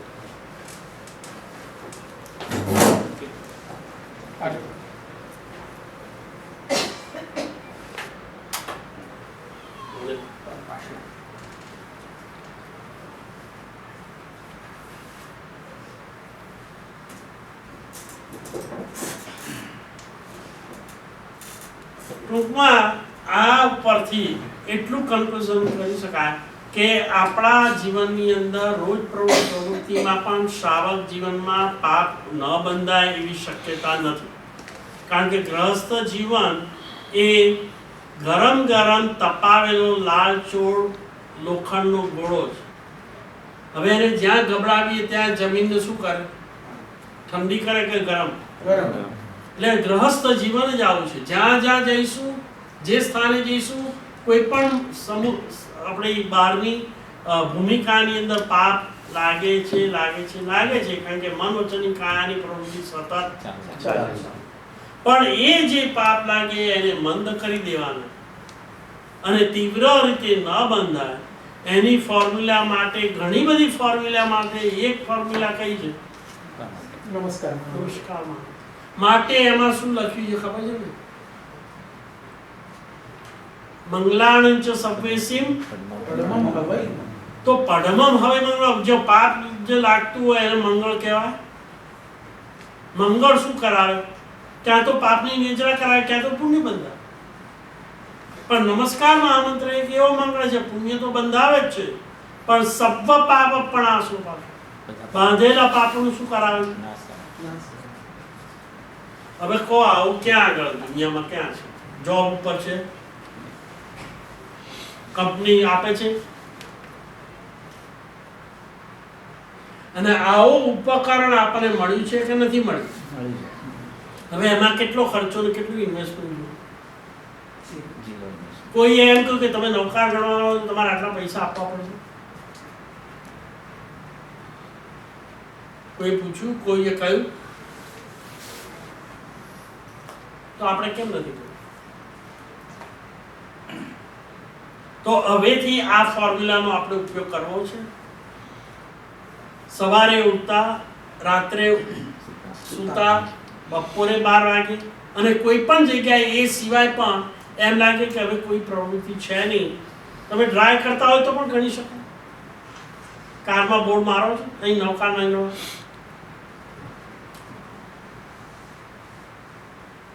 બરાબર છે? પેલા ભાઈનો પ્રશ્ન.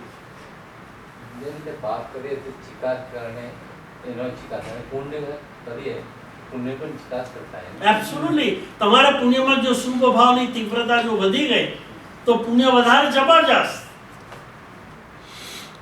બંધાય. કોઈ માણસ સામાન્ય માણસ બને છે, કોઈ ભીલ બને છે, કોઈ શ્રેષ્ઠી પુત્ર બને છે, કોઈ રાજપુત્ર બને છે, કોઈ ચક્રવર્તી બને છે. હવે ચારે મનુષ્ય તો છે જ કે નથી? તો વધારે વૈભવ ભીલ પાસે હશે કે ચક્રવર્તી પાસે? કેમ એમ? કારણ કે મનુષ્ય ભાવ જ્યારે બાંધ્યો, મનુષ્ય ગતિ એ પણ નામ કર્મ છે, એ પણ પુણ્ય પ્રકૃતિ છે, એ પણ પંચેન્દ્રિય છે. ત્યારે પેલા મનુષ્ય રાજા કે ચક્રવર્તી કે યુવરાજે કે શ્રેષ્ઠી પુત્રએ પરિણામ શુભ વધારે વિશિષ્ટ પ્રકારના કર્યા છે. એટલે એમાં શુભ નામ સાથે બીજી સૌભાગ્ય પ્રકૃતિનો પણ બંધ થયો. અને સૌભાગ્ય હોય ત્યાં લક્ષ્મી. અને પેલા ભીલવાળાએ બીજા નામ કેવા બાંધ્યા? નબળા, દુર્ભાગ્ય. એટલે બન્યો ખરો ભીલ. એમાંય આંખ ને નાક ને કાન ને પગ ને હાથો મળ્યા, પણ બીજો વૈભવ ન મળ્યો. કારણ કે એનો જે પરિણામ હતા કેવા હતા? નબળા. એટલે જ્યારે શુભ પરિણામ કરીએ ત્યારે કેવા પ્રકારના હોવા જોઈએ? ઉત્કૃષ્ટ. કેવા હોવા જોઈએ? તીવ્ર અથવા ઉત્કૃષ્ટ પ્રકારના. બરાબર? અને એ ઉત્કૃષ્ટ પ્રકારનો જો ભાવ લાવીએ તો પુણ્ય ઉત્કૃષ્ટ પ્રકારનું બને.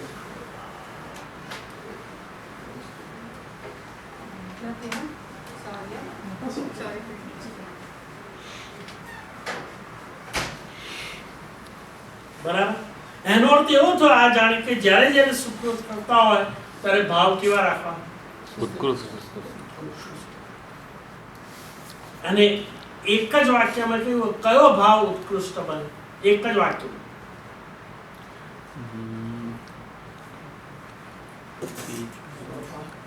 કયો ભાવ સુકૃત કરતા ઉત્કૃષ્ટ કહેવાય? ત્રીજો લેશે કરતે સાથે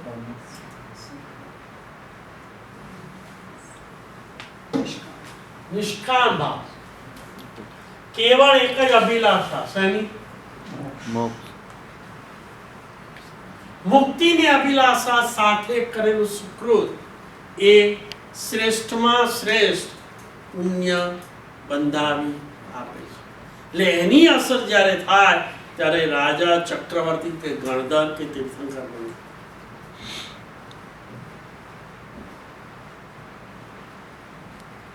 કઈ અભિલાષા રાખવાની કોઈ પણ સુકૃત કરીએ ત્યારે? મોક્ષ બસ મુક્તિ.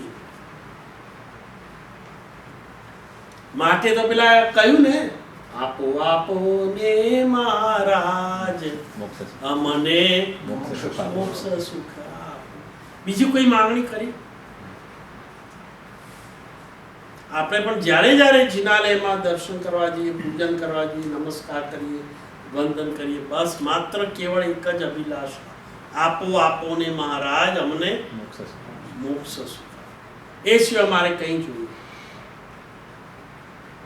અને આવી નિષ્કામ ભાવે નવકાર મંત્ર જો આપણા જીવનમાં 1, 5, 25 કે 2 મહિના, 90 દિવસ કે 180 દિવસ આ ચાલુ થઈ જશે ને, પછી ઓટોમેટિક જેવા આપણે સમયને મળશે ને તરત નવકાર શરૂ થઈ જશે. પછી તમે એલિવેટરમાં હોય કે પિકનિકમાં લાઈનમાં ઊભા હોય, બેંકમાં હોય, પ્લેનમાં હોય, ટ્રેનમાં હોય, જ્યાં હોય, શું શરૂ થઈ જશે? અને જેવા નવકાર મંત્ર ગણ્યા એટલે આપણે કનેક્શન કરી દીધું. પછી તો પ્રકાશ ને પ્રકાશ જ છે.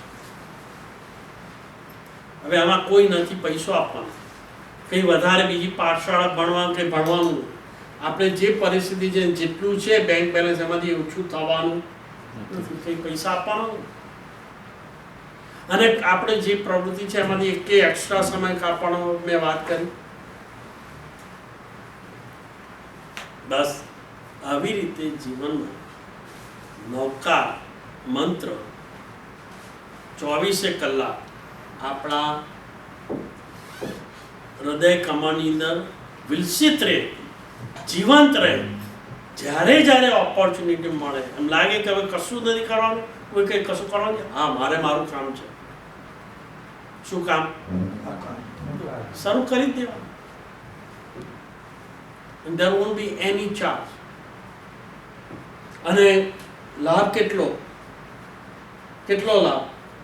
અગણિત. 14 પુરવનો સાર, એનું નામ ગયો. એટલો સમય ગયો. આજથી આ શરૂઆત થઈ જાય. કોઈ પણ સમયે, કોઈ પણ સંજોગોમાં, કોઈ પણ સ્થાને માત્ર તમે, અને હા, અશુચિ સ્થાને હોય તો બોલાય નહીં, પણ મનમાં રટણ ન થાય એવું નથી. એક જ નવકાર મંત્ર છે કે તમે કોઈ પણ સ્થાને, 2 સ્થાન એવા છે જ્યાં મોટેથી ન બોલવા જોઈએ. કયા 2 સ્થાન? અશુચિ સ્થાન અને સ્મશાન.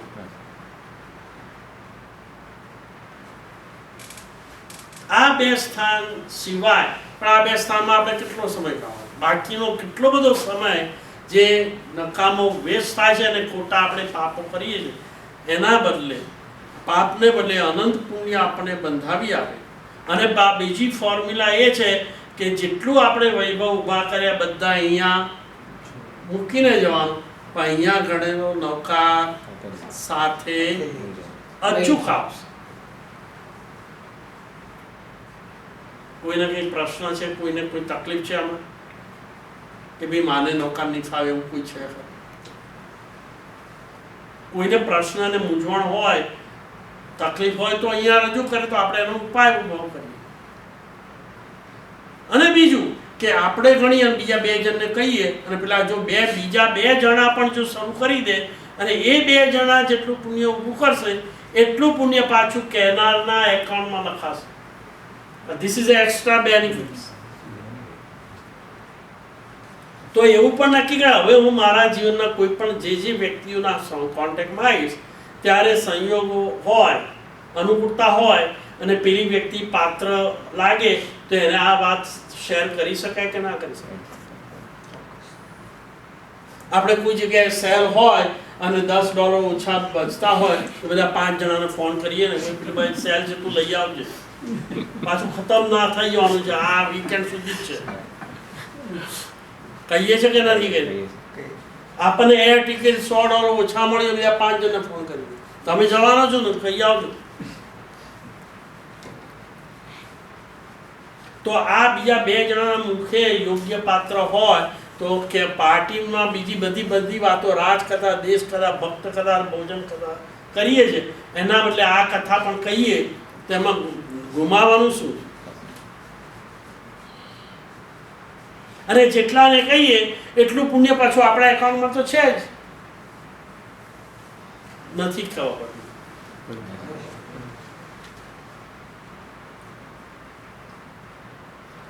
કલ્યાણ મિત્ર એને કહેવાય કે સ્વ અને પરનું જે હિતનું હોય ને એનું શું કરે? વિતરણ કરે, ડિસ્ટ્રીબ્યુશન.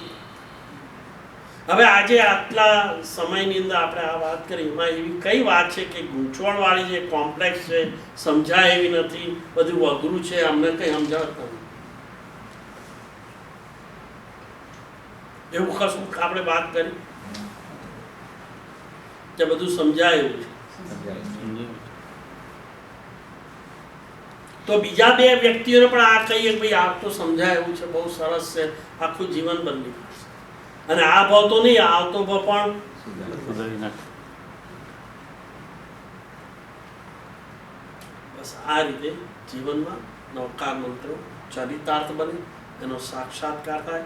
અને એ રીતે કુટુંબની અંદર, હું તમને કુટુંબ લેવલ પર વાત કરું, બીજા બહારના માણસો પર આપણો કોઈ કંટ્રોલ ન પણ હોય, બરાબર, પણ કુટુંબના માણસો સાથે આ વાત સાંજે 10 મિનિટ ટીવીની ચેનલો બંધ રાખીને આ વાત કરી શકાય કે ના કરી શકાય? અને બધા સાથે નિર્ણય કરે કે વાત સાચી છે, હવેથી આપણે બધાએ શું કરવાનું? આ વાત એવી રીતે રજૂઆત કરી શકાય કે ના કરી શકાય? તો કુટુંબમાં 5 માણસો હોય ને 5 માણસો 5 નવકાર ગણતા થઈ જાય તો છઠ્ઠો માણસ જે કહેનારો છે એને એક નવકાર ગણાય તો 6 નવકારનું ફળ ના સમજ. આપણે એક શબ્દ માટે 50 સાગરોપમ, એક પદ માટે 5 સાગરોપમ, એક શબ્દ માટે, એક પદ માટે 50 અને એક નવકાર માટે કેટલા? 500 સાગરોપમ. હવે 6 નવકાર ગણતા હોય પેલો તો એક જ નવકાર ગણાય, પણ લાભ કેટલો? 300 સાગરોપમ લાભ. આ ઇન્વેસ્ટમેન્ટ કેવું કહેવાય? ફાવશે આ ઇન્વેસ્ટમેન્ટ? કોઈ એમ બોલતું નથી અમે ના ફાવવા જેવું છે શું?